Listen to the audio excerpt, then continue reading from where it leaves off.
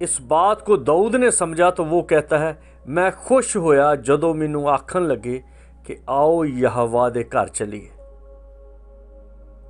اور جب آدم اور ہوا خوش تھے تو وہ ایوا تھا، اور جب وہ انسان سے ناراض ہو گیا تو اس نے نوح کو کہا کہ میں اب ان کا خاتمہ کر دوں گا۔ اور وہاں پر ایک جو المائٹی ہے، جس کو کہا گیا ہے کہ غیرت والا خدا،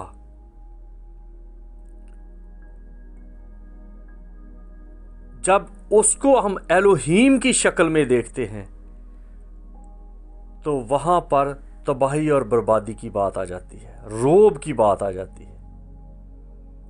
اور جب اپنائیت کی بات آئی تو ابراہیم کو کہا کہ میں پروائیڈر ہوں، میں پالنے والا ہوں، اور وہ ہے یہوہ یری۔ اور جب چھڑانے کی بات آ گئی موسیٰ کے ساتھ، قوم بنی اسرائیل کی رہائی کی بات آ گئی، تو وہاں پر اس طرح سے کہا گیا کہ میں یہوہ ہوں، جو میرے ایک پورا لیسن ہے 22 اسباق کا، کہ ہیبرو کے 22 حرف ہی کیوں ہیں۔ تو جب اس کا حرف یود آتا ہے تو جس کا مطلب ہے 10، جس کا مطلب ہے ہاتھ، تو جب یہ یود آیا ایوا کے ساتھ یہوہ بن گیا، یعنی کہ ہاتھ دکھانے والا باپ، ہاتھ دکھانے والا خدا۔ اور جب تعارف کی بات آئی تو کہا گیا ابراہیم، اسحاق اور یعقوب کا خدا۔ تو کہنا پھرا ان کو کہ میں ابراہیم، اسحاق اور یعقوب کا خدا ہوں۔ اور جب بیابان میں بات کی گئی تو وہ برابر یہوہ ظاہر ہوا۔ اس نے فلسطینیوں سے بچایا، امالیکیوں سے بچایا، ہتی، فرزی، یبوسیوں سے بچایا، کیونکہ باپ بچاتا ہے۔ اور جب وہ کسی کو خدا بن کے دکھاتا ہے، اپنے جلال میں دکھاتا ہے، الوہیم بن کے دکھاتا ہے، رب الافواج بن کے دکھاتا ہے، تو پھر ہے غیر اقوام نے مڈل ایسٹ میں نبوکت نظر نے اس کو کہا الہ، کیونکہ لفظ الہ جو ہے، میں نے پہلے بھی اپنے کچھ اسباق میں اس کو بڑا تفصیلاً بیان کیا ہے کہ ایل گاڈ تھا جو ایوا کے بعد متعارف ہوا، ایل الہ۔ اور جب گرامر میں اس کو لکھا گیا کہ اس طرح کا کوئی اور نہ ہو تو اسی الہ کو ڈبل لکھ دیا، سیدھی طرف سے بھی اور الٹی سائڈ پہ بھی۔ تو جب ان کو دونوں کو جوڑ کے آپ پڑھیں گے تو وہ نظر آئے گا اللہ۔ یہ الگ بات ہے کہ مسلمان سمجھتے ہیں کہ یہ ہمارا ہے، حالانکہ ان کو پتہ نہیں کہ یہ وہی الہ ہے جس کا نبوکت نظر نے ذکر کیا ہے، یہ مسیح سے بھی پہلے ذکر کیا، حضرت محمد سے بھی پہلے ذکر کیا، اس لیے کوئی کلیم نہیں کر سکتا کہ یہ میرا ہے۔ یہ الہ ہے جس کو ڈبل اللہ سے لکھ کے اللہ بن گیا۔ تو اس لیے ان باتوں کو کوئی ہے جو اس کو مروڑ کے لے جاتا ہے، لات، منات، اوزا، کوئی کسی طرح، وہ اور تھے خدا، وہ بت تھے۔ آپ جو قادر مطلق ہے، جو رب الافواج ہے، جو حی القیوم ہے، جو الفا اومیگا ہے، اس کو کھینچ کے تو لات منات کے اوزا کے تعلق سے نہ جوڑے۔ وہ عربوں میں اس بڑے ڈیزرٹ میں، اس بڑے میدان میں یہ معتبر یہ دیوتا تھے جن کو وہاں کے لوگ مانتے تھے. تو اس لیے آپ جب بھی اسٹڈی کرتے ہیں اس کے ڈیپ جائیں، کیونکہ آپ کی تعلیم، آپ کا پریچ کرنا کسی کا فائدہ بھی کر سکتا ہے اور کسی کا ناس بھی کر سکتا ہے. بہت سارے سوال زندگیوں کو بدلتے ہیں، اور ایک سوال آپ کا خیال بدل دیتا ہے، آپ کا دماغ بدل دیتا ہے. جیسے بڑا کوئی فورسٹ ہو، بہت بڑا جنگل ہو، اس میں بڑے دیودار ہوں، چیڑ کے درخت ہوں، پاپولر کے درخت ہوں، سفیدے کے درخت ہوں، تو ان سے گرمی نہیں آپ کو مل سکتی، ٹھنڈک مل سکتی ہے، سایہ مل سکتا ہے، لکڑی مل سکتی ہے. لیکن ایک چھوٹی سی تیلی سے، ماچس کی چھوٹی سی تیلی سے وہ پورا جنگل جل سکتا ہے، کیونکہ وہ چھوٹی سی تیلی ایک سوال ہے، اور وہ ایک سوال دنیا کو بدل سکتا ہے. جیسا کہ یسوع اپنی ذات میں خدا ہے، یہ ایک سوال ہے.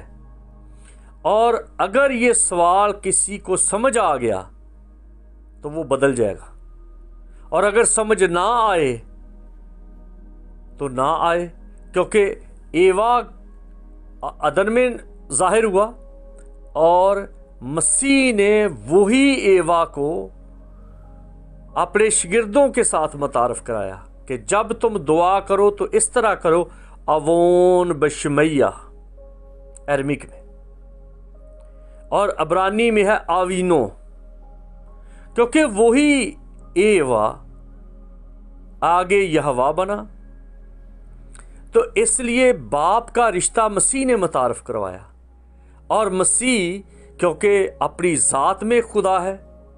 میں ڈاکٹر اسرار احمد کا ایک خطبہ سن رہا تھا، کئی اور بھی ہیں مولانا، کئی اور ہندو بھی ہیں جو یہ بھی بتاتے ہیں کہ مردوں کو زندہ کرنے والی ذات تو اللہ کی ہے، اور تو کوئی بھائی زندہ نہیں کر سکتا.